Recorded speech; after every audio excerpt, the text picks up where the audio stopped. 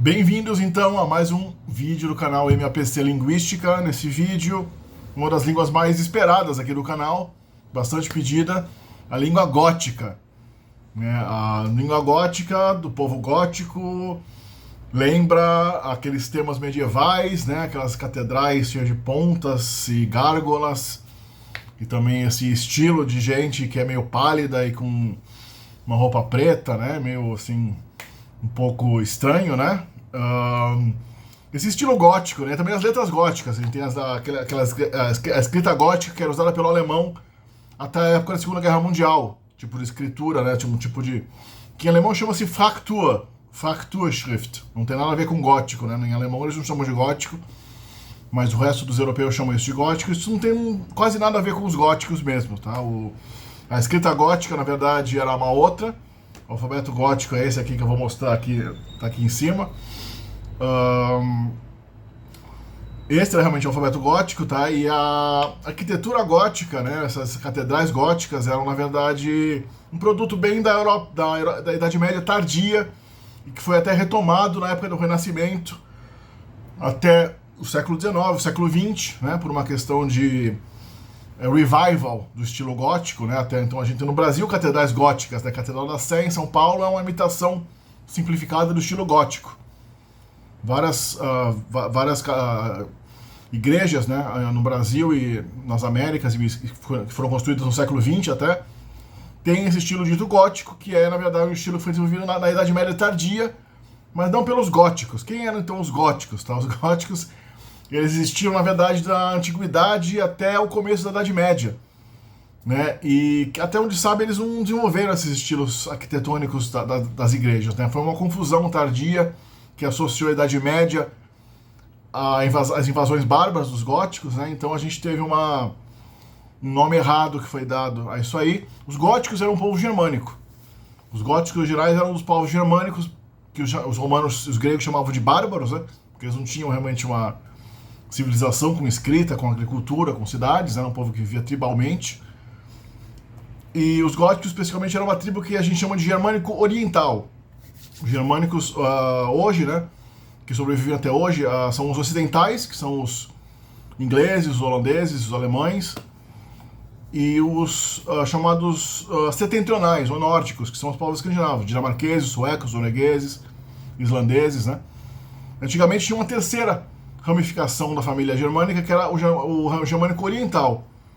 Embora tenha muito mistério exatamente em qual era a filiação desse oriental relativo ao germânico, mas no geral a gente tem aí essa árvore evolutiva aqui das línguas germânicas, que dá uma noção de como é a subdivisão das línguas germânicas. Mas o ramo oriental, que também incluía o antigo vandálico, dos vândalos, que também deram um outro termo que é muito mal utilizado, assim, provavelmente os vândalos não eram inerentemente destruidores, mas como eles foram uma das tribos que invadiu a Europa Ocidental, o termo vândalo, que provavelmente vem de Wandern, o Wander, que é perambular, Os perambuladores, os vândalos, devem ter causado uma devastação substancial, porque naquela época a coisa não era brincadeira, mas o termo vândalo era uma designação, tinha uma língua vandálica também. A gente não conhece essa língua, bem como o burgundiano, uma outra língua que a gente sabe que existia. Os burgundianos eram outro povo germânico que era aparentado. A gente tem alguns nomes só, algumas palavras em burgundiano. Então, pela pouca palavra que a gente tem, pela pouca amostra que a gente tem dessas línguas, a gente imagina que o vandálico e o burgundiano eram parentes que estavam mais próximos do gótico do que das outras. Mas o mais interessante do gótico é que não só que ele tem um terceiro ramo germânico, mas que ele quer uma língua mais antiga. Ela foi atestada antes das outras línguas germânicas. A gente tem uma documentação mais ou menos, não completa, mas mais ou menos abundante do gótico, do século IV depois de Cristo. Ou seja, mais ou menos na época de 360 depois de Cristo, 370 depois de Cristo, um bispo gótico, de origem etnicamente gótica, linguística falante do gótico, chamado Ulfilas, bispo Ulfilas, quando estava na região dos Balcãs, quando os góticos estavam migrando pela Europa Oriental e passaram ali pela região dos Balcãs ao norte da Grécia, eles entraram em contato com o Império Bizantino, que já estava ali separado do Império Romano do Ocidente, o Império Romano do Oriente, que tinha o grego como língua literária, e ali ele se converteu ao cristianismo e traduziu a Bíblia pelo menos no Novo Testamento e uma parte do Antigo Testamento, para o gótico. Então a gente tem um registro de como uma língua germânica era no ano 360, 300 e pouco depois de Cristo. Ou seja, a língua germânica, depois dessa que foi mais bem atestada, foi o antigo anglo-saxão, o antigo nórdico, que tem uma atestação mais abundante a partir do ano 500, 600, 700 em diante, especialmente a partir de 800 e tanto. A partir do ano 800 a gente tem também o francônico antigo, que é o antigo holandês, né, e o francônico oriental antigo, junto com o antigo alto-alemão, que também começa a ser registrado, mas depois, são cerca de 300, 500 anos depois do gótico, a gente tem a atestação das outras línguas germânicas. O gótico, então, mostra um grau evolutivo das línguas germânicas que de outra maneira estaria perdido. Se bem que a Bíblia gótica foi quase destruída, porque os góticos se converteram para uma forma de cristianismo que depois foi perseguida pela Igreja Católica, que era o arianismo, se eu não me engano. Foi considerado uma heresia.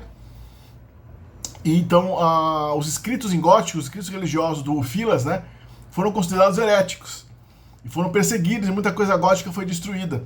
Talvez uma parte da Bíblia foi destruída, mas no início do século XIX, final do século XVIII, a Bíblia gótica foi redescoberta e foi analisada, e foi muito importante para a reconstrução das línguas germânicas e das línguas indo-europeias também, porque ele mostra um elo perdido entre línguas indo-europeias mais antigas, que a gente tem no sul da Europa, como o latim e o grego, né, e as línguas arianas da Índia, como o sânscrito, o persa antigo, o avéstico, e as línguas germânicas mais modernas. O gótico dá uma noção de como era as línguas germânicas no final da antiguidade, né, antes do que a gente está acostumado a ter registro de línguas europeias.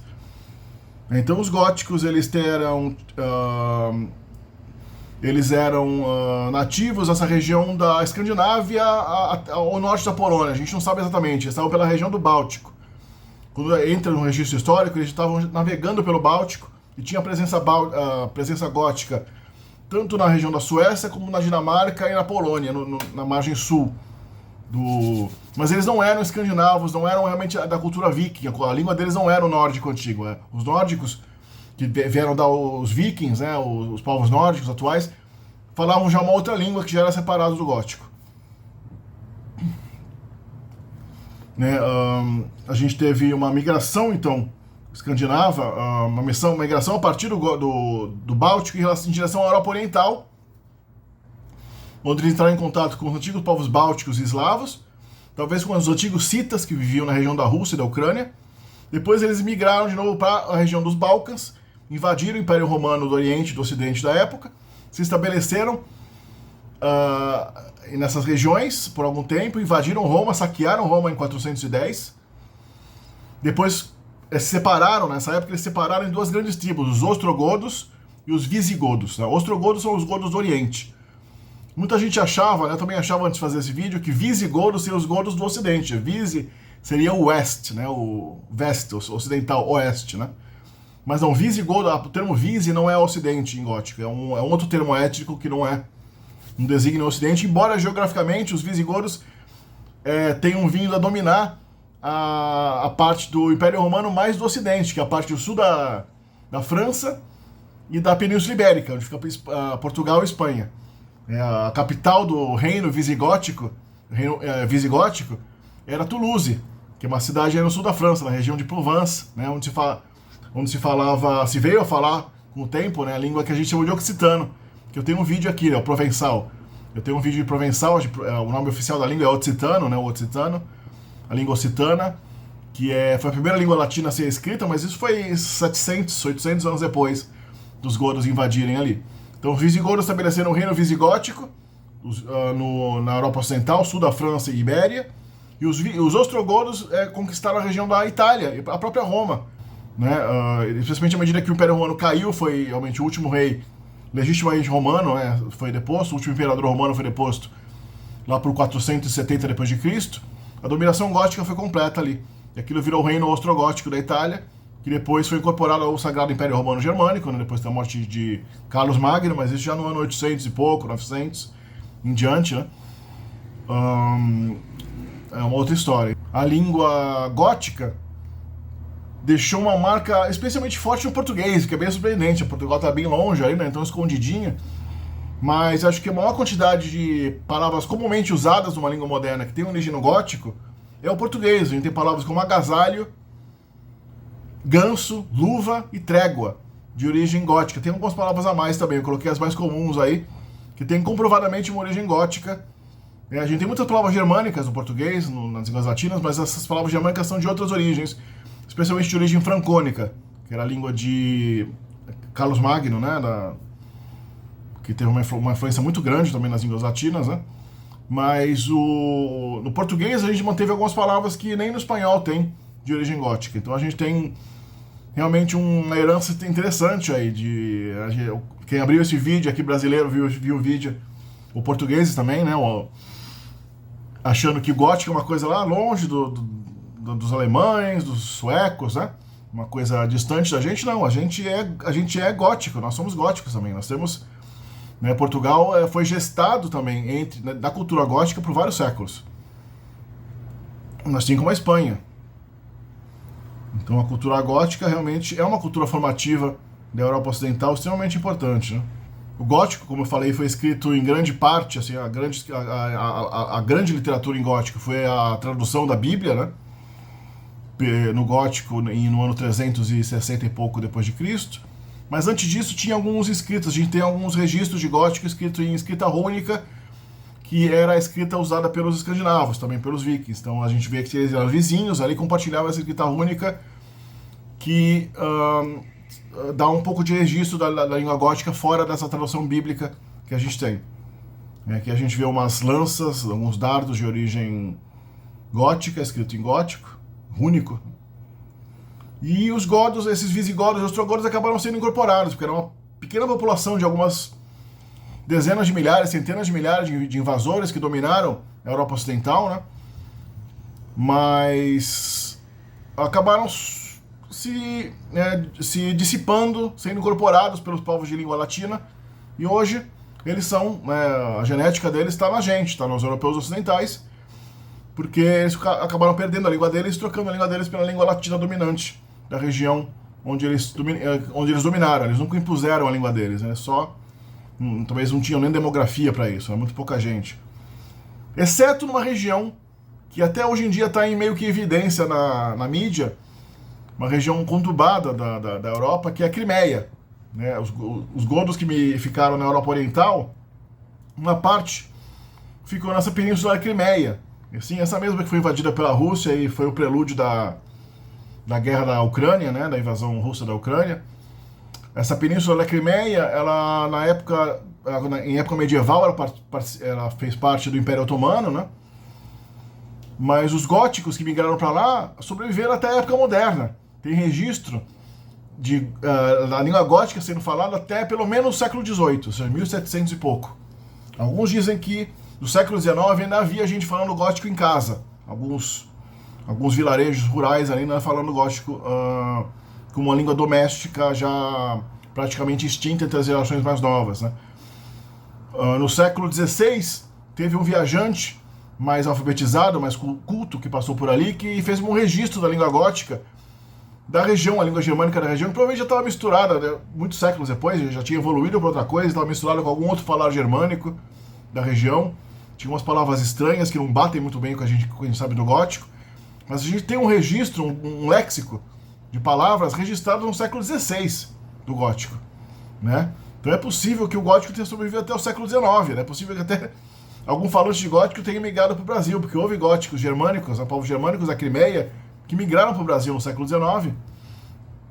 E não é impossível que um desses tenha sido um falante de gótico, ou alguém que até cresceu num lar cujo avô, bisavó ali falava algum gótico, ainda sabia falar um gótico. Não é totalmente impossível, né? Embora seja bastante improvável, isso não é impossível que tenha tido alguém falando um pouquinho de gótico no Brasil, até é uma possibilidade bastante exótica, mas não totalmente excluída, né? Não totalmente impossível. E os góticos da Crimeia acabaram sendo absorvidos por uma outra etnia de maioria muçulmana, mas de origem túrquica, que eram os tatares, também conhecido como tártaros. O nome tártaro não é muito bom. Os tatares eram uma etnia túrquica, como toda etnia turca, eles vieram da Ásia Central e migraram para a região da Ucrânia, ao longo da Idade Média, se converteram para o Islã, e até onde a gente sabe, a Península da Crimeia teve uma maioria tátar. Os tatares foram a maioria étnica na Península da Crimeia, na Idade Média até a Idade Moderna, e os tatares foram absorvendo os góticos com o tempo, os góticos foram aprendendo a falar tatar e viraram um povo linguisticamente túrquico e religiosamente muçulmano.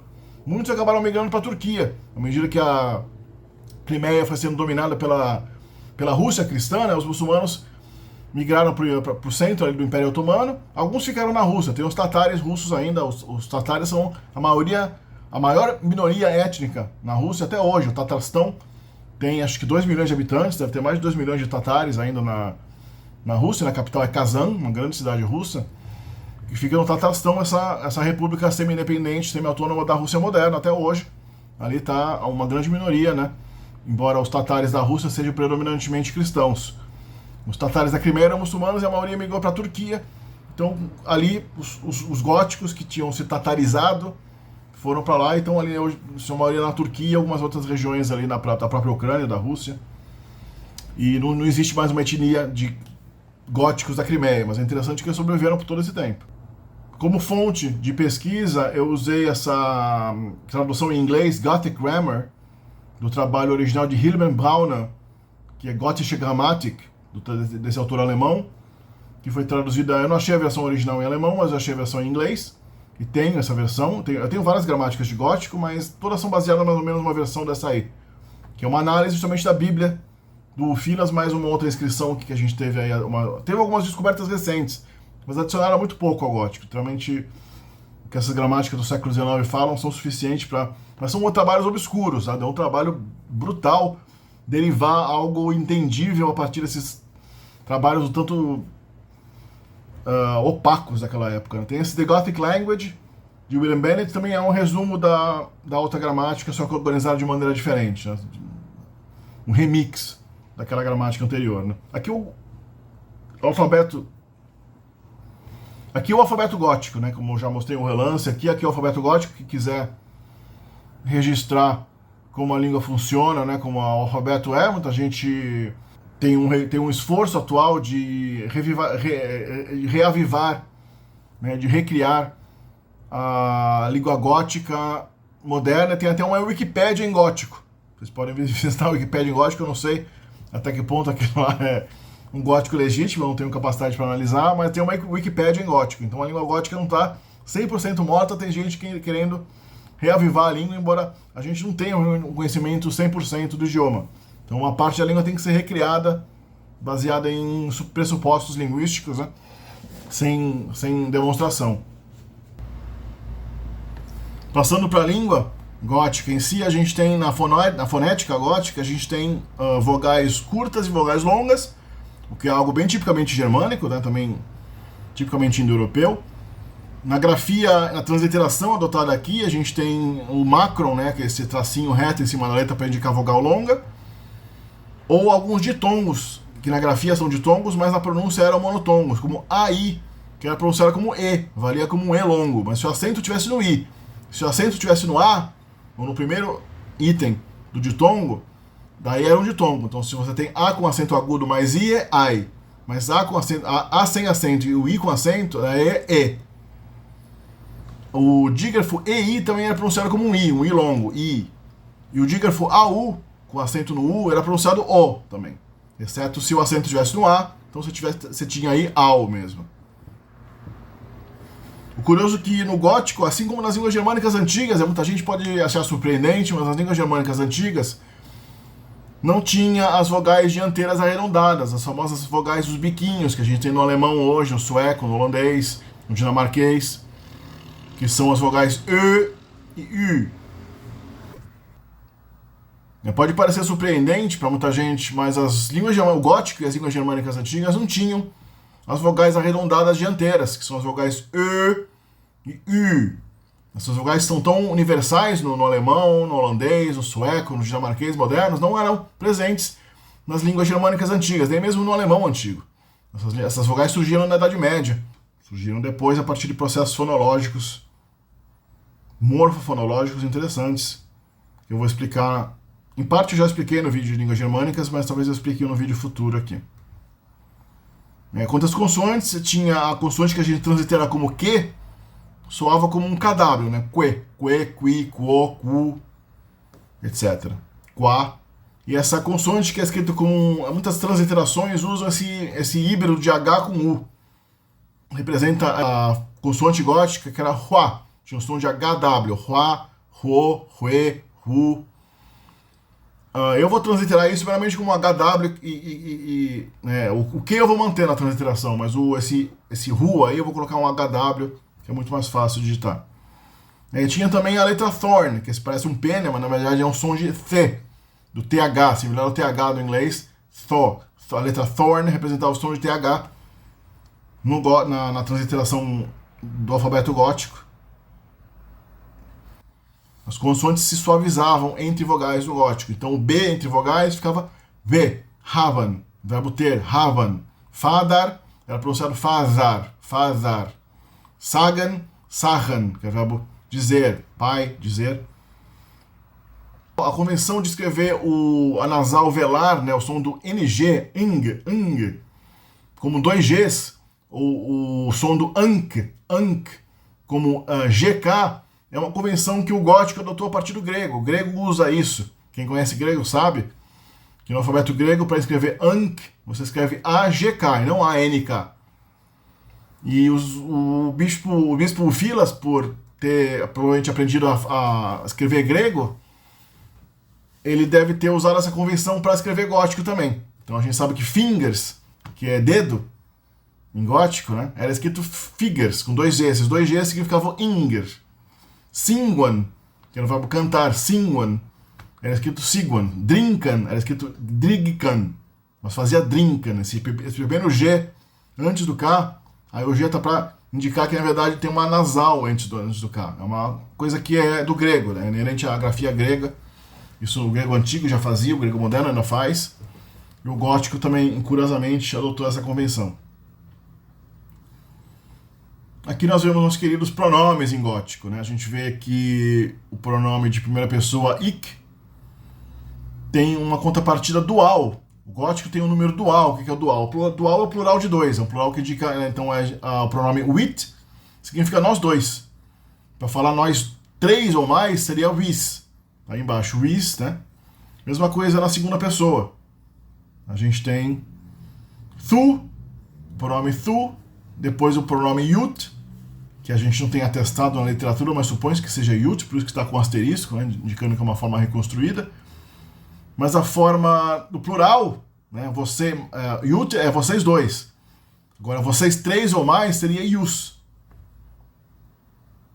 Então é algo interessante. Você vê que a forma oblíqua dos pronomes duais é bem estranha, né? Wit e yut fazem um oblíquo unquis e inquis, né? E o possessivo uncara e incara. Tá? Isso aí é uma coisa que era bem parecido com o dual que a gente vê no antigo nórdico. Vocês podem dar uma olhada no vídeo de islandês aqui do canal. Você vê que os pronomes do islandês, os pronomes plurais do islandês, não derivam do antigo pronome plural germânico. O islandês pegou os pronomes plurais do antigo dual germânico. Então, os pronomes plurais do islandês, na verdade, são iguais a esses pronomes plurais do gótico. Os pronomes duais do gótico. Os pronomes do islandês, no plural, foram tirados do antigo dual. Então, ele tem essa forma quase igual a que a gente vê no gótico aí. Interessantíssimo esse fenômeno. Aqui alguns pronomes indefinidos e quantificadores definidos. Né? Sum, bem parecido com o inglês some, né? É o alguns. Ni huashun é ninguém. Ni manahun também é ninguém. Huazu significa todo mundo, todos. Uma coisa muito interessante do vocabulário é que a palavra gistardagis, que obviamente é o equivalente a yesterday, né? Ou gestern do alemão, ou gisteren do holandês, que nessas línguas significa ontem. Essa palavra no gótico significa amanhã. E a gente não tem a palavra para ontem do gótico, não tem registro de ontem. Então supõe-se que talvez gistardagis significasse ambos, tanto ontem quanto amanhã. E fosse o tempo verbal que está na frase que ia indicar. Você fez isso gistardagis, então você fez isso ontem. Você fará isso gistardagis, ou seja, você vai fazer isso amanhã. Né?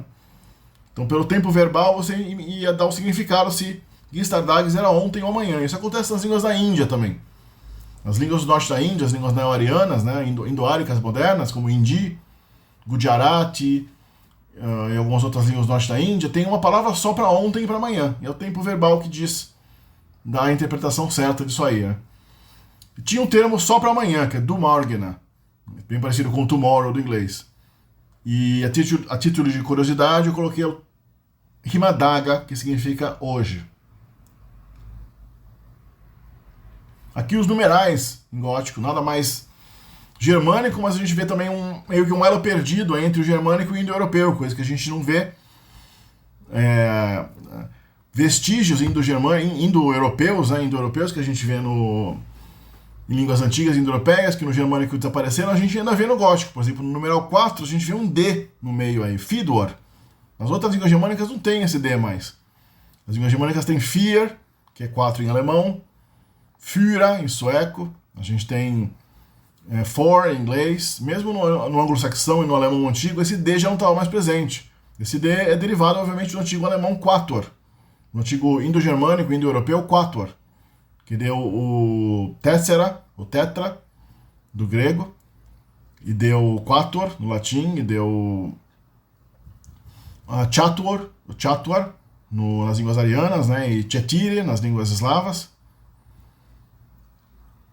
No alemão, né, no germânico, isso foi perdido. O D medial foi perdido, né, a consoante medial foi perdida, mas aí no gótico a gente tem uma preservação bem legal. Né? Então a gente tem aí ens, ou ins, né, twee, tris, fidor, fünf, sex, sieben, achten, niun, tehun, enlif, twalif, triste tehun, fidor tehun, fünf tehun, sex tehun, sieben tehun, achten tehun, niun tehun e tuegitius.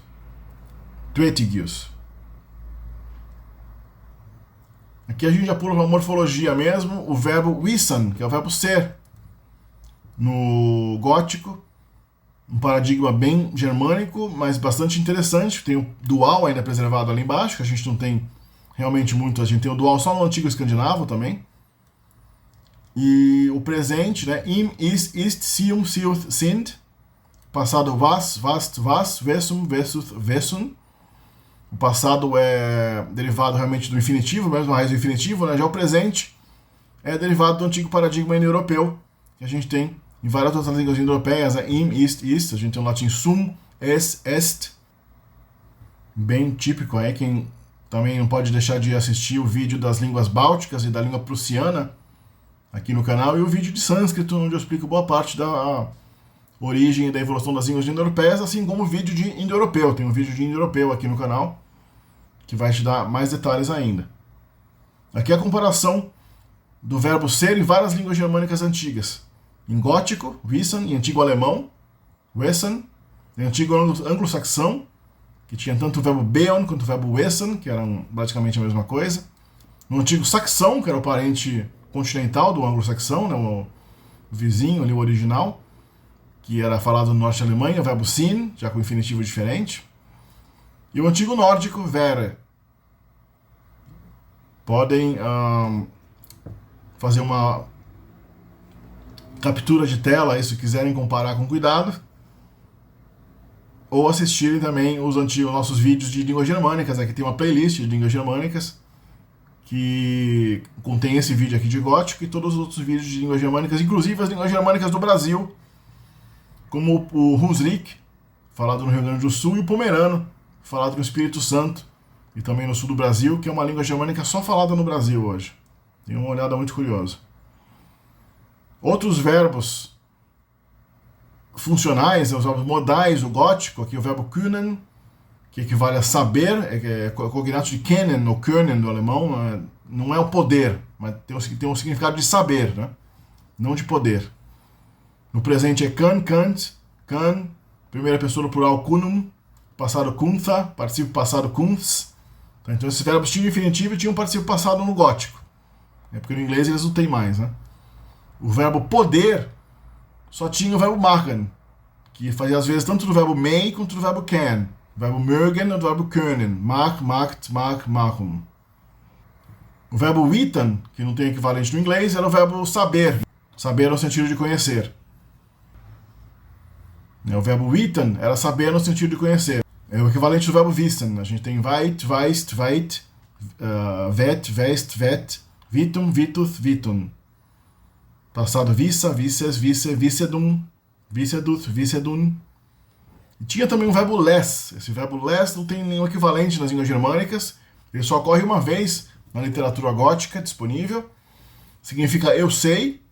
E talvez tenha uma origem comum com o verbo lernen, no verbo learn das línguas germânicas. A gente não tem exatamente uma noção do que é isso. Não tem equivalente. Tem também esse verbo mannen, que deve ser um parente distante do verbo to mean, no inglês, significar, né? Significar ou ter intenção de. E o verbo skulen, que é presente bastante nas línguas germânicas, é o shall, do inglês, é o sollen, do alemão, que significa dever, ter que. O verbo willen, que é equivalente ao verbo will do inglês, ao verbo wollen do alemão, significava querer. É muito curioso no gótico que ele é bem anômalo, ele só existe no subjuntivo presente. Ele não tem a forma presente normal, ele tem só a forma subjuntiva que as gramáticas de gótico chamam de optativo, né? A forma optativa equivale a uma espécie de subjuntivo no gótico. E ele só tem esse subjuntivo. Mas o subjuntivo tem um significado de presente. William é eu quero, William. William eu quero. Willis, Willy, Willima, Willith, Willina. Eu quero, tu queres, ele quer, nós queremos, vós quereis, eles querem. E o verbo haben é o verbo ter. Tem aí haba, habes, habeth, habam, habeth, habeda, habedes, habeda, etc. no passado.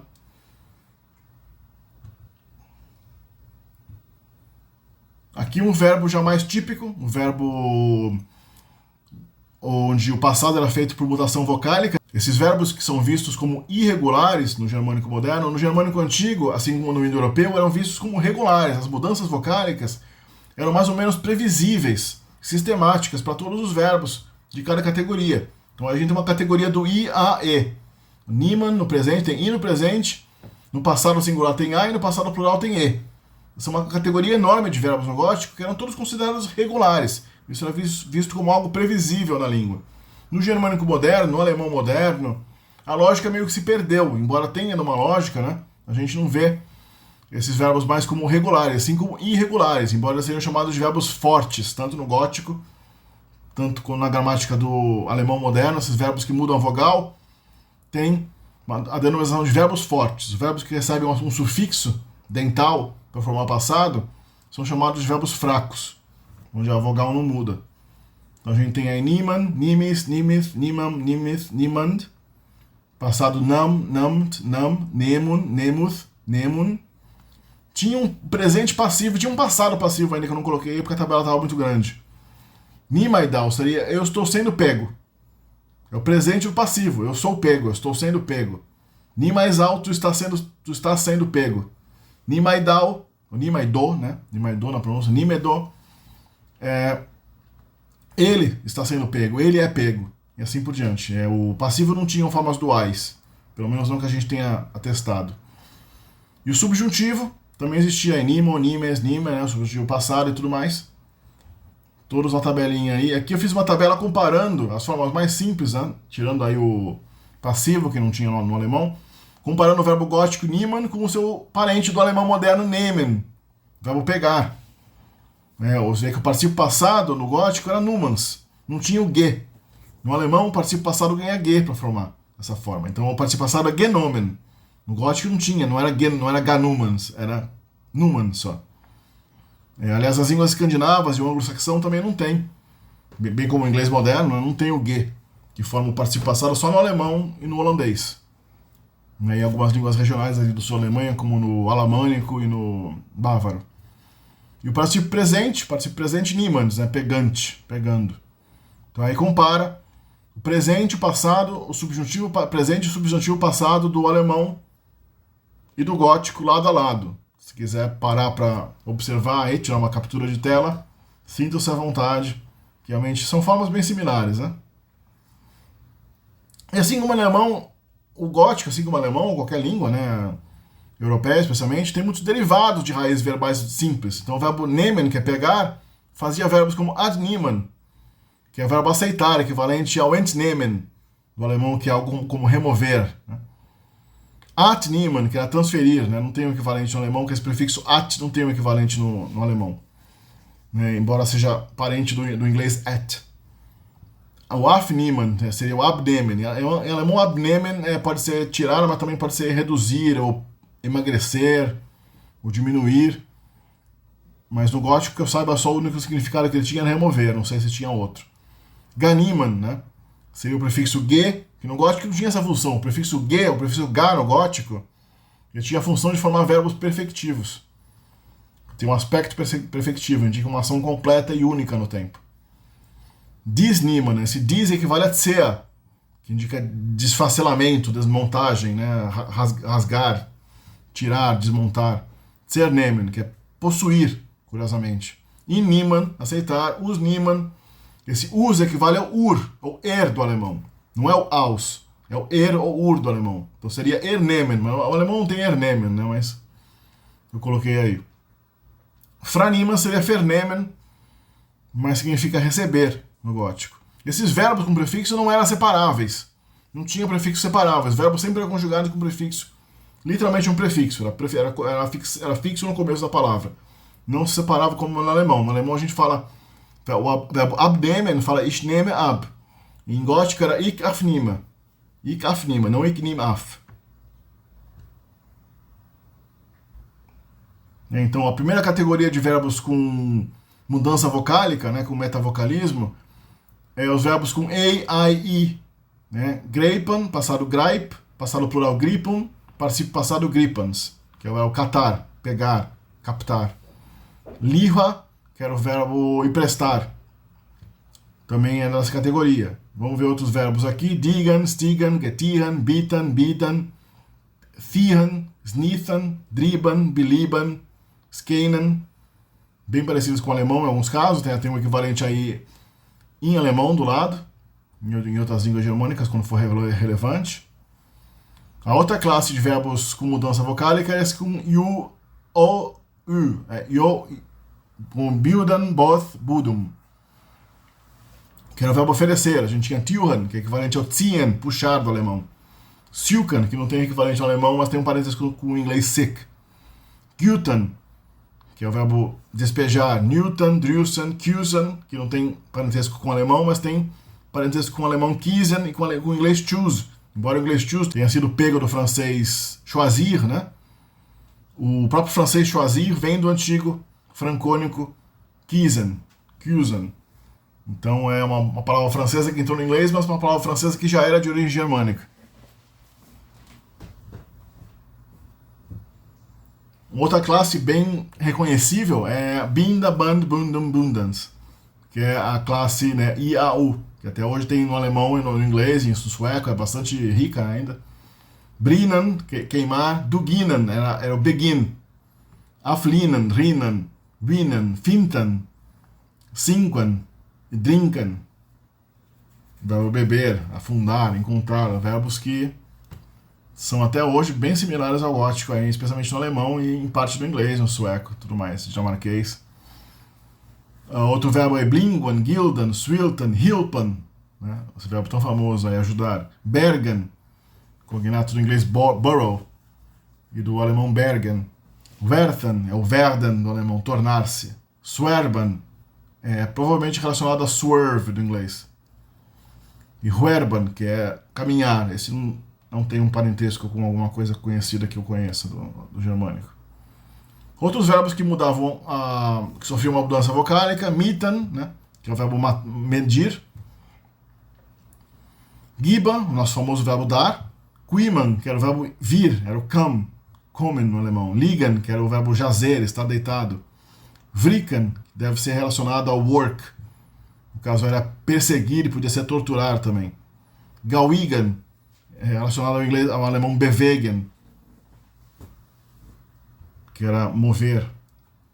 Serwan, que era o verbo ver. Liefern, o verbo roubar, esse não tem parentesco com nada que eu saiba. Frechnen, talvez relacionado a fragen do alemão, o verbo perguntar. Itan é o verbo comer, só que ele só ocorre com o prefixo fra, na verdade. Então fra mais itan faz fretan. É daí que vem o alemão fressen. A gente tem essen no alemão e fressen, né? A mesma lógica, embora o alemão não seja descendente do gótico, né? Essa mesma lógica deve ter existido nas línguas germânicas mais ocidentais, como no francônico antigo, que são responsáveis pela existência do verbo essen e do verbo fressen. Essen é comer, por uma pessoa. Fressen é quando um animal come. No gótico significava freta, né, era terminar de comer. Era o verbo bem perfectivo do itan. Né? Quithan, que era dizer. Outro verbo bem peculiar. Slachen, é o verbo slay. Sakan, talvez relacionado com zacha, ou seik do inglês, que era brigar. Wakan, acordar. Dragan, twahan. Malan, skaban. Twahan é bem interessante. Twahan talvez tenha um parentesco com tveta, que é o verbo lavar do sueco. Mas eu não conheço parente entre as línguas mais do sul ali. Alan, talvez relacionado com o latim alere, que era alimentar, fazer crescer. Vexian, que era o verbo crescer. Fahren, relacionado a fahren, do alemão, fair, do inglês. Fratian é entender, isso não tem relação. E lachen, que era o verbo rir, o inglês laugh, alemão lachen. Aqui a gente tem um outro tipo de verbo ainda mais interessante, que não tem equivalente no resto da família germânica, mas é uma coisa muito indo-europeia, era o verbo reduplicante. O verbo reduplicante pegava a primeira consoante do verbo e criava uma nova sílaba com essa consoante, formando um prefixo no verbo, para indicar o tempo passado perfeito nas línguas indo-europeias antigas. Quem estuda grego conhece muito bem. Isso aí, no grego isso aí acontecia com todos os verbos. No latim, a gente tem alguns verbos que reduplicavam, mas a maioria não reduplicava mais. No latim esse processo estava morrendo já. O processo já era meio que fossilizado no latim. A mesma coisa acontece no gótico. Esse processo ocorre só em alguns verbos, não é universal. Nas línguas arianas antigas, como o sânscrito e no avéstico, esse processo também é universal, como no grego. Todo verbo forma o passado perfeito através da reduplicação da primeira sílaba. Você pega aí no caso o H e cria uma sílaba re. Se fosse P, seria P. Se em vez de haud fosse paud, seria pepaud. Então o verbo haud, né, é o verbo hold, segurar. No presente é haud, a haud is hauti. No passado, rehaud, rehaust, rehaud. Dependendo da primeira consoante, vai ter um prefixo com a mesma consoante ali, logo antes. Então a gente tem fauthen, seria fefauth. Stauden, sesaut. Fahren, fefar. Haaren, hehar. Slepen, seslep. Heiten, hehet. Outros verbos assim eram leiken, metan, que era cortar, não sei de onde vem esse metan. Skeden, que é separar, relacionado a scheiden. Hopen, que era se vangloriar. O verbo auca é muito interessante. O verbo auca é claramente relacionado ao latim augere, que era aumentar, augere. E também ao grego auxano, que era aumentar. Em grego também, esse verbo como começava como vogal, a reduplicação ocorria meramente através de uma prolongação e consequente frontalização da vogal inicial. Então, auxano vira euxeca, no grego, no perfeito. O au vira eu. No gótico, a gente tem o auca vira eok. Oka vira eok. Né? E o parentesco germânico que ele tem é só com o sueco öka e com o dinamarquês ögge, que é aumentar. As línguas germânicas do sul não tem mais esse parentesco aí desse verbo. Aqui um verbo do tipo fraco, que a gente chamaria de regular nas línguas germânicas modernas. Aquele verbo que não tem uma mudança vocálica na raiz, ele meramente ganha um sufixo, geralmente feito de D ou T, nas línguas germânicas variadas, aqui no gótico é com D. E essa conjugação seria mais regular, pelo menos do ponto de vista atual das línguas germânicas. É aí que vem esse ED que a gente põe no inglês, ou TE que a gente põe nos verbos do alemão para formar o passado. Vem dessa categoria de verbos que provavelmente foi formada tardiamente, meramente para verbalizar uma série de substantivos que não tinham um paradigma próprio.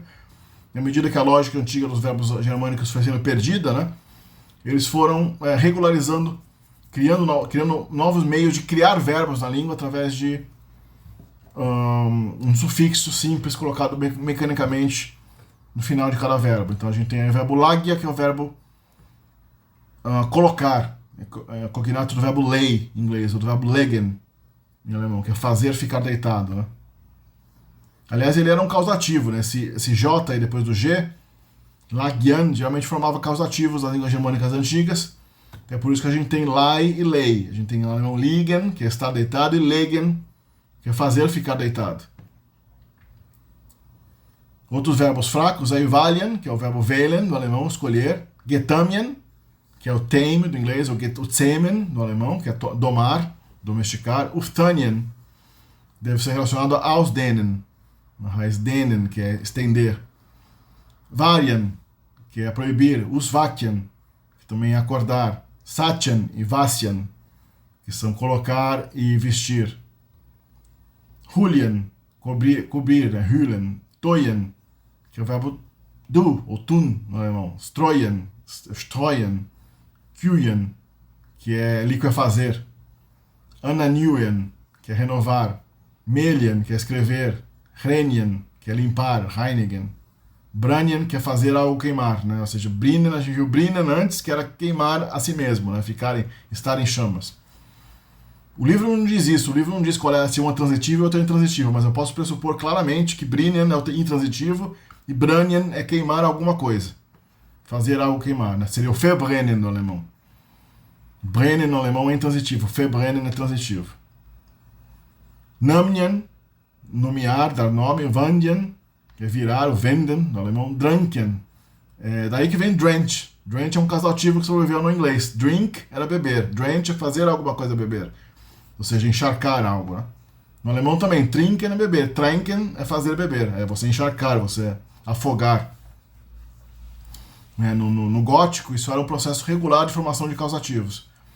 E no germânico antigo, em geral, também era. Várias línguas germânicas antigas tinham esse processo regular. Heilen, que é o verbo heilen, heal. Teknien, que é o zeichnen, do alemão, que seria o token no inglês, é marcar. E fortien, que é o verbo fürchten, do ter medo. A declinação, a gente aqui na declinação, no gótico tinha 4 casos: nominativo, acusativo, genitivo e dativo. Tem um resquício de instrumental só nos pronomes interrogativos ali. No pronome interrogativo tem uma forminha, um ablativo ali. Na verdade, um instrumental, né, sobreviveu. Mas no resto não tinha. A gente vê que a declinação parece bastante com a do inglês antigo. No masculino nominativo a gente tem um artigo com S, igual o inglês antigo tinha também, um anglo-saxão. Assistam um vídeo de anglo-saxão aqui no canal. Sadags, thedagos. Thanadag, thansdagens. Aí é o acusativo. Thisdages, do dia. Thisedage, dos dias. Thamadaga, ao dia. Thaim, dagam, aos dias. E aqui, declinação feminina, né? Sorasda, a casa. Thosrasdos, as casas. Thorasda, thosrasdos, acusativo. Thizosrasdos, da casa. Thizorados. Você vê que o genitivo feminino tem S no substantivo. Diferente do alemão, é similar ao que tinha no anglo-saxão. E Thizaerasde, que é o a casa, né? Para a casa. O them rasdom, para as casas, dativo plural. Aqui é a declinação de brother e dochter, que é irmão e filha. Já é uma declinação mais de um tipo um pouco diferente. Quem quiser parar para analisar, dá uma olhada aí, que é um pouco diferente. Tem uma declinação do tipo U, na verdade. Embora isso aí tenha sido uma migração. Esses nomes eram de típico declinação consonantal antiga, mas eles migraram para a declinação U no gótico. Aqui é a declinação consonantal dos temas em N final. Então, namo, namna. A gente tem namo, namna, assim como no grego, no latim, a gente tem nomen, nomina. É nome e nomes, plural. Namna, namins, namen, namin, namna. Aqui a gente tem herto, que tem o plural hertona, coração, corações. Aqui as palavras interrogativas, hua, huo, huas, que são a gênero neutro, feminino e masculino do pronome interrogativo. Huaris é qual, huar é onde, huath é para onde, ou huadre é para onde, e huadro é de onde. Huan é quando, e hue na verdade é o ablativo de hua, né? Ou, na verdade o instrumental de hua, ou huewa, que era qual. A gente tem aí uma declinaçãozinha, aí tinha um acusativo hana, genitivo huis, dativo rama, bem similar ainda ao que a gente vê no grego, no latim, né? Os adjetivos em gótico tinham uma comparação, como nas línguas germânicas modernas, como também existia no antigo grego, no antigo latim, uma forma comparativa e uma forma superlativa. Então, Miklos, que é grande, fazia maisa, o mesa, maior, e mest, o maior. Seria o more e o most.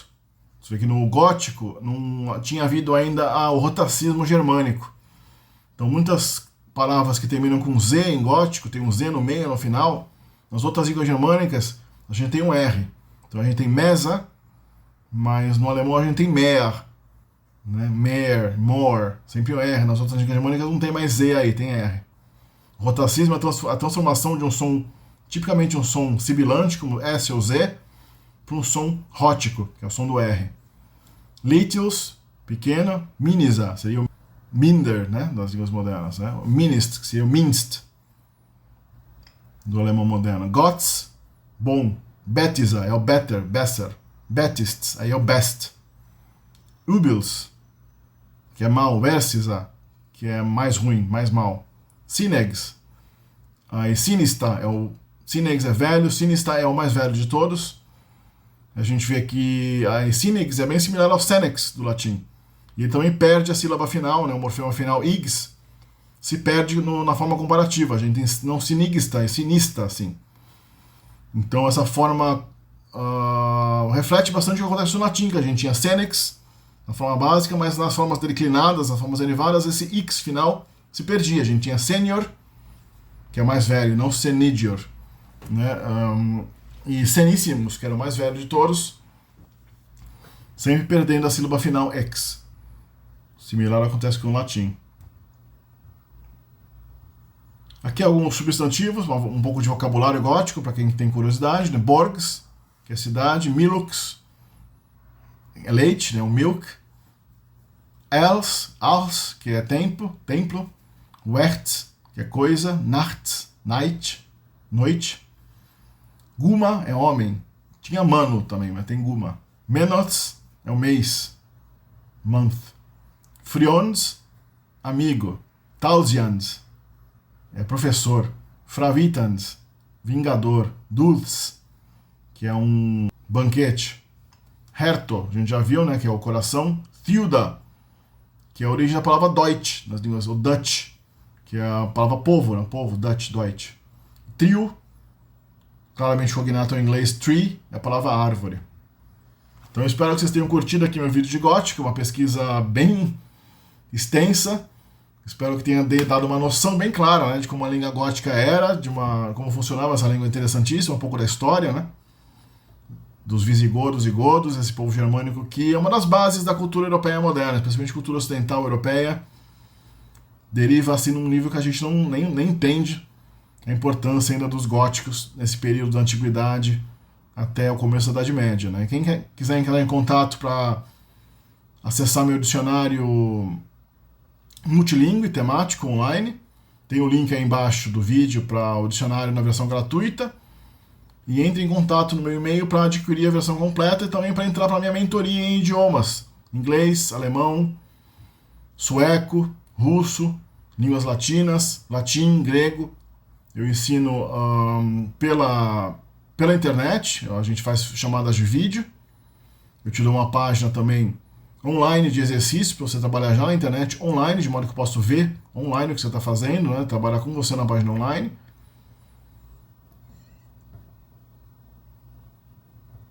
E considere também contribuir aqui pro canal no Apoia-se ou pelo Pix. E a gente se vê então no próximo vídeo.